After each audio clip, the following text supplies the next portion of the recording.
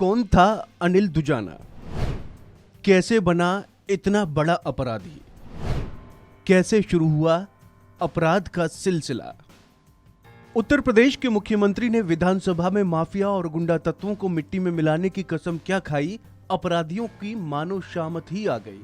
आलम यह है कि खुद को कभी जयराम की दुनिया का बादशाह समझने वाले अब छुपे छुपे घूम रहे हैं।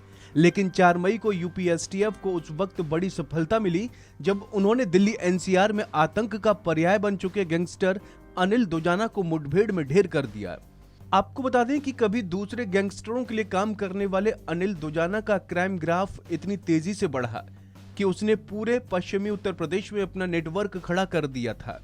तिहाड़ जेल में बंद अनिल दुजाना 10 अप्रैल को जमानत पर बाहर आया था और बाहर आते ही उसने अपने खिलाफ केस दर्ज के गवाहों को धमकाने की गलती कर दी, जिसके बाद शुरू हुआ एसटीएफ का ऑपरेशन। जानकारी के लिए बता दें कि मेरठ में गंगनहर पर भोला की झाल के पास एसटीएफ और अनिल दुजाना गैंग के बीच सीधी मुठभेड़ हुई, जिसमें वो पुलिस की गोली का शिकार हो गया। बताया जाता है कि दुजाना ने इस दौरान 10 से ज्यादा राउंड फायर किए थे।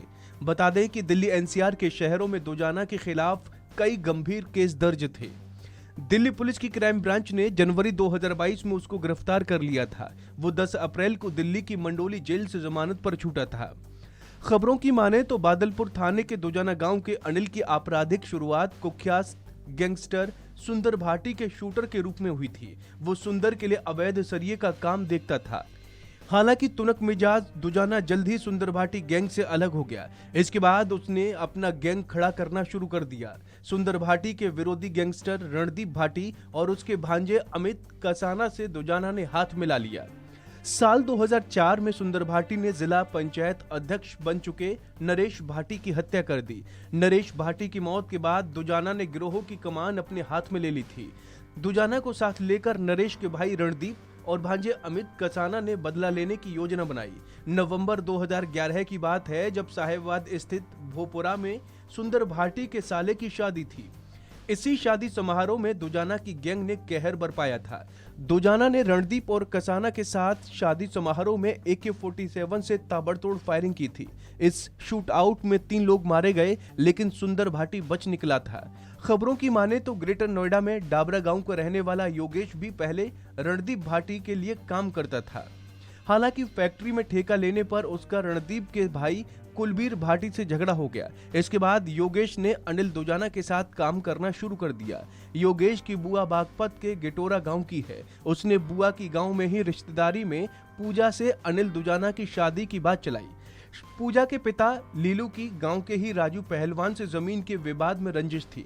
राजू पहलवान ने अपनी 2 बेटियों की शादी गैंगस्टर हरेंद्र खड़खड़ी से की थी। इसके चलते लीलू अपनी बेटी की शादी हरेंद्र से बड़े गैंगस्टर से करना चाहता था। योगेश डाबरा के प्रस्ताव पर लीलू तैयार हो गया। सूरजपुर के जिला कोर्ट में पूजा और अनिल दुजाना की फरवरी 2019 में सगाई हुई थी। फरवरी 2021 में जमानत पर बाहर आने पर दोनों ने शादी कर ली थी।